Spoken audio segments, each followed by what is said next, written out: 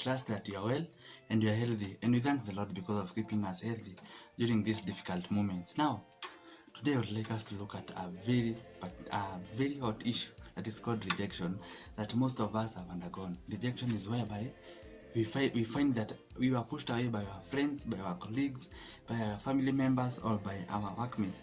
And maybe you had not done something to them, or perhaps if you had wronged them, you also asked for forgiveness. And I would like us to look at the story of Joseph. From the story of Joseph, we are going to read it from the book of Genesis 37. We are going to learn that Joseph was one of the sons of Jacob, and that Jacob had 12 sons, including Joseph. But he had special love for Joseph because Joseph he had born him at an age when he was very old. That was one of the reasons that the brothers of Jacob, or the brothers of Joseph, hated him. Another reason that they hated him more was because he had an ability of translating dreams. And I would like us to look at one of the dreams that he had translated when the journey of him translating the dreams began.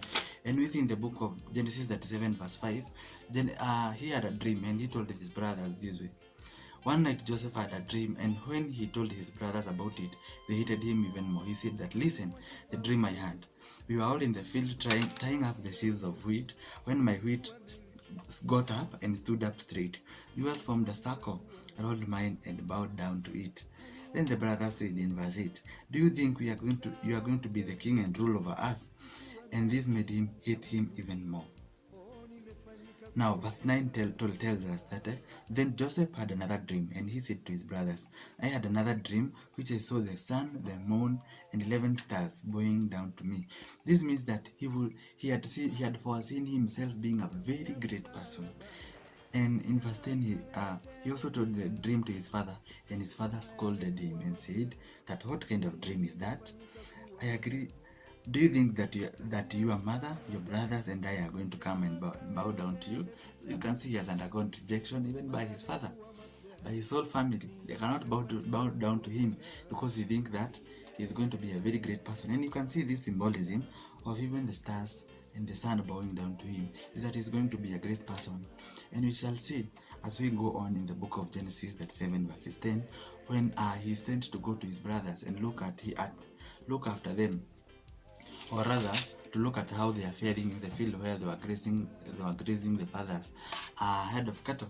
And then before, the Bible tells us that even before that, Joseph had reached to where the brothers they had already spotted him, and they had already started plotting on how to kill them. In our moments, in our lives rather, there are moments that God hears conversations about us which we have not heard, or he sees what is being planned before you are even seen. That is one of the things that happens in your life. But the good thing is that God is always there, and he always protects us. And now let us continue and see in the life of in the life of every person, there's someone, people maybe refer them as destiny connectors, or your friends, people who have compassion upon you and they will not like anything wrong to happen to you. And in the life of Joseph, that was Reuben. We'll come and see the relevance of Reuben here in verses 21, because Reuben cautions his brother against killing him, and they tell him, "Why don't we just throw him away in the wilderness into a cave?" Because Reuben, in the back of his head, Reuben wanted that they would throw him away and then he would come and save him and take him back safely. So despite the fact that they all hated him, Reuben still had compassion, and he would not really wish that he dies. And that is why they came and thought about it, and they saw some Egyptians passing, and they sold him. And when the Egyptians went to him, they then sold him to Potiphar. And we'll come to see how the life of Joseph changes in Potiphar's place, because in Potiphar's place, that is where Joseph becomes elevated. He is entrusted all the property that Potiphar has. He trusts him because he had seen the godliness in him. One thing about Joseph is that the trust that he had in God, or the faith that he had in God, manifested in all things that he had.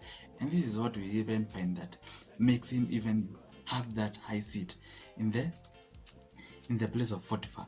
And then now let us see how Joseph is jailed, because, and we all know this, that it was the Bible tells us that Joseph was well built and good looking, and after a while his master's wife begins to desire Joseph and asked him to go in bed with him. But remember that Joseph, he manifests the qualities of God in his life, and so he could not agree.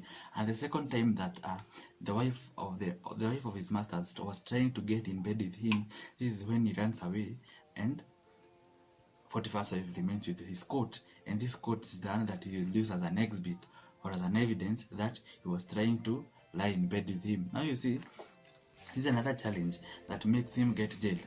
But let us see, by him getting jailed, it is still preparing for him for another mission. So look at the life of Joseph. One is that he was sold to other people. That was another mission that he was coming into. The other thing is that he has been in prison. He's in a lot of trouble.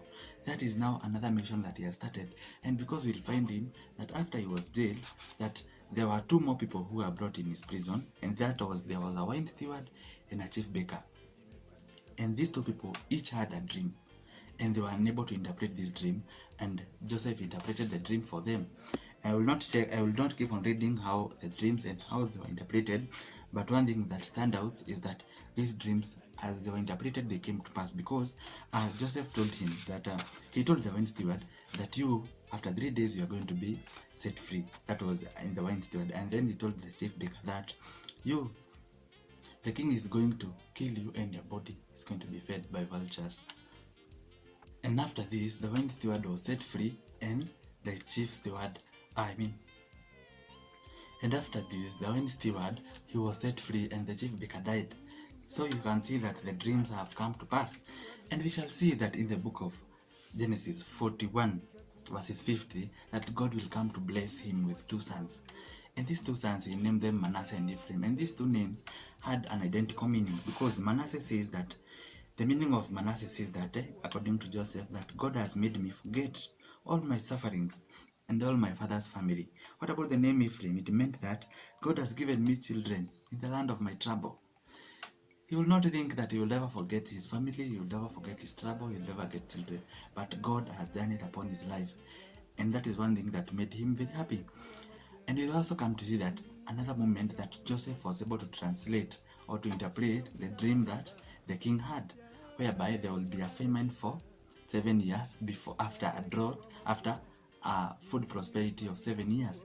And then this made him be elevated at a point as a governor. We are told that he was governor of the whole of Egypt, whereby his work was to go and he would take a portion of the food that had been produced and store it in the barns. And after those years of 7 years of prosperity, of having good food, there was a drought that came. And we'll see that in this drought, that is when even the brothers came, and so this is when his brothers will come and see him and learn that, hey, this is the son, this is our brother that we sold to Egypt, and now he's governor. And it's in the book of Genesis 45 verse 5. And you will see that they were not first in identifying him, but the person who identified them, the brothers very first, was Joseph. Now, there are some things that we can learn according to our lives. One is that in our lives, when God is preparing us for our mission, is that we are going to undergo rejection. Yeah, rejection is a must. People may reject you because they have seen the potential in your life. They have seen that you can go far, and that they did not know you. Joseph tells his family that the fact that you rejected me, it was not for you. It was because I had a mission, that I am the one who would make your descendants to survive. Because if they would not have survived the drought, they could have all died. So that is another thing. He had a huge mission upon his life. And so you, today, listening to me, when people reject you, just know that you have a huge mission and that God is preparing you. Do not, when you succeed, don't come and take all your vengeance to them, but other than, you're supposed to appreciate them and tell them and let them learn from the actions that they did upon you. Another thing, I would like you to remember Jesus. Jesus was rejected when he was starting his mission at the age of 30. Jesus was rejected by his own people. Another person called Hagar, he was also rejected by Sarah. And let me read you one important scripture here in the book of Psalms verses 20. The book of Psalms verses 20 that tells us that I praise God because he did not reject my prayer or keep his constant love from me. Now today, our special message is this: it does not matter how many people have rejected you. It does not matter how many words you have been told. It does not matter how many tears you have cried, how much tears you have cried, but God has a good plan for you. God has a mission for you, and for that mission to fulfill upon your life, you have to undergo rejection. You have to harden. Yeah? This is what the Bible is telling us today. And so today I would like to encourage you. Once you undergo rejection, do not be fast. Some people start contemplating on how they are going to commit suicide, how you can kill yourself. That is not what should happen. We should pray for God that He will give you the strength. Manifest those characteristics that Joseph manifested when he was rejected, so that when people reject you, they know that they are not rejecting you, they are rejecting God. When you undergo tribulations and such rejections, you will be able to know that you are under the mission of God. And I pray for you today that may God's Spirit lead you. Anytime you face challenges, may the love of God manifest upon your life. Thank you for watching. Thank you for listening. Please subscribe to my channel and support me. Comment on the comment section if you have been blessed. Thank you so much.